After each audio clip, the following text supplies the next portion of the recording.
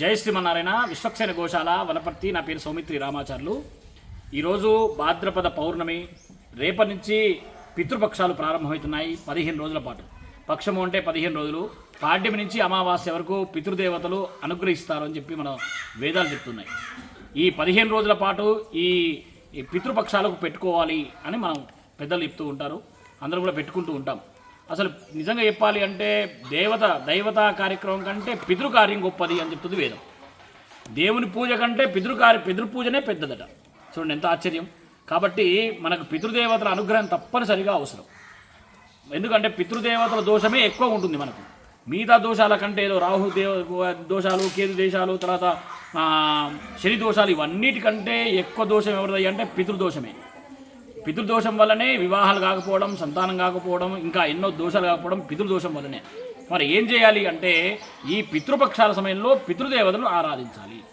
మరి పితృదేవతను ఎలా ఆరాధించాలి అంటే చాలామంది ఫోటో పెట్టుకుంటారు, వారికి ఇష్టమైన నైవేద్యం పెడుతుంటారు, వాళ్ళకు చూపిస్తారు, వాళ్ళు తినేస్తారు. కానీ కాదండి, ఆనందించాలి అంటే ఇద్దరికి భోజనం పెట్టాలి.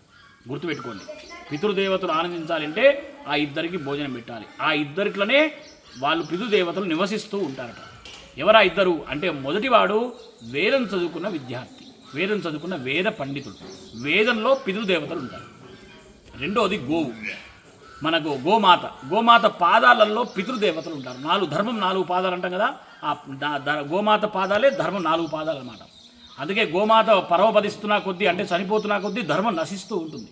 అందుకే ఇప్పుడు ఈ కలియుగంలో ఒకే పాదం ఉంది అంటే ఈ గోవులను సంహరిస్తున్నారు కాబట్టే ధర్మం తగ్గిపోయింది.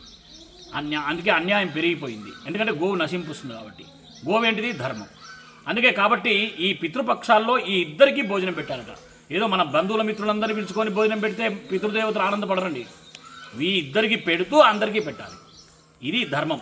కాబట్టి ఈ పితృదోషాల్లో ఈ ఇద్దరికి నైవేద్యం పెట్టండి. ఈ 15 రోజుల పాటు మీ పితృదేవతల అనుగ్రహం పూర్తిగా మీకు ఉంటుంది. నిజంగా మీరు ఇంకా ఎవరిని పూజించాల్సిన అవసరం లేదండి. పితృదేవతలు పూజిస్తే చాలు. అందుకే మాతృదేవో భవ, పితృదేవో భవ. ఈ పితృదేవతలోనే, మన పితృదేవతలు అంటే మన తల్లిదండ్రులు కాదండి, మన పూర్వీకులు. మనం ఇక్కడ ఉండడానికి కారకులు ఎవరెవరో ఉన్నారో వాళ్ళంతా పితృదేవతలే. కాబట్టి ఈ అందరినీ ఈ 15 రోజుల పాటు మీకు ఏ రోజు వీలైతే ఆ రోజు తప్పనిసరిగా పితృదేవతలకు ఆరాధించండి. ఆ ఇద్దరికి నైవేద్యం పెట్టండి.